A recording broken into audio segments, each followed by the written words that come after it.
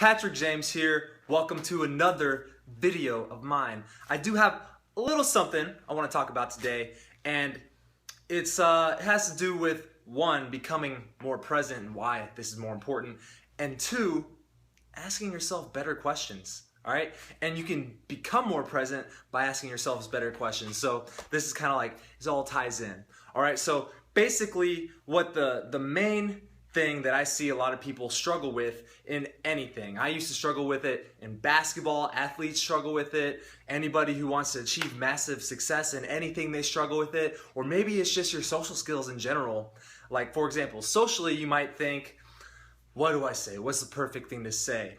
And inherently, when you're asking yourself a question like that, you're already thinking too much. And thought is the enemy. That's going to be the theme here. Thought is the enemy. When you're thinking too much about what to do in the future, or like something that just happened in the past to you that didn't go your way, you're already thinking too much. Because when you're in the present moment, then there is no like, what do I say? You're just going to say something and it's going to be you. That's when you are present and you just say what you feel.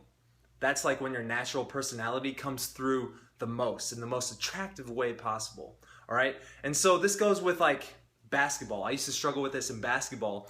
I was really good with like myself. I'd be shooting hoops and I'd be like making every shot, right? And I'd be playing basketball with my friends, or maybe just I'd be at the gym playing in a normal pickup game. And I would be fucking great. I'd be doing all the right moves. I'd be like scoring at will. But as soon as you put a basketball coach in the gym right there, who had he had the power to give me success in basketball if that was what I wanted to pursue. Anytime he was in the gym, I would, in my head, start to go, oh shit, the coach is watching, now I gotta play good. Now I gotta turn it on. And inherently, with that thought, I was already too much in my head. I was thinking too much, and I just started to fuck up. I couldn't make a shot. I would lose the ball. I would fumble, and I would get nervous. I'd be all up in my head. That's the key. I was all up in my head, and it fucked me up, all right? And this is when you want something too bad in success, same kind of thing. I heard a perfect metaphor yesterday for this situation.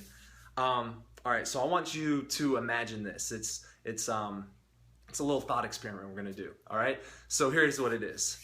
Imagine that you want to hold water, okay?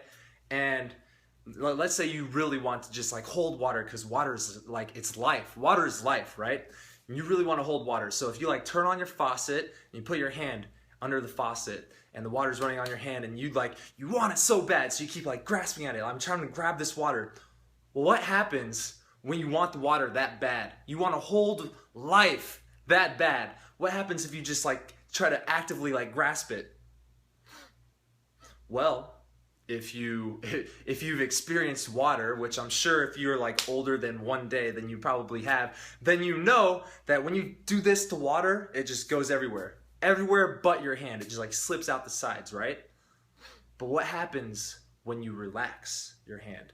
When you release the need for it, and you just relax and let it be. You relax your hand. Well, all of a sudden, this water just kind of puddles up in the middle of your hand.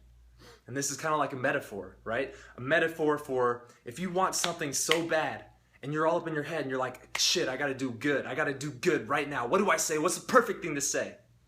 Well, you already are too much in your head and you're not in the present moment. Now, there's a book out there. What is that book? What is the name of that book? I think his name is like Eckhart Tolle. Oh, The Power of Now. Have you ever heard of that book? The Power of Now. 3 words. It's talking about the power of the present moment. So, the gist of this is Tony Robbins teaches in his book, I'm sure he teaches it in many places, but in this book, Notes from a Friend.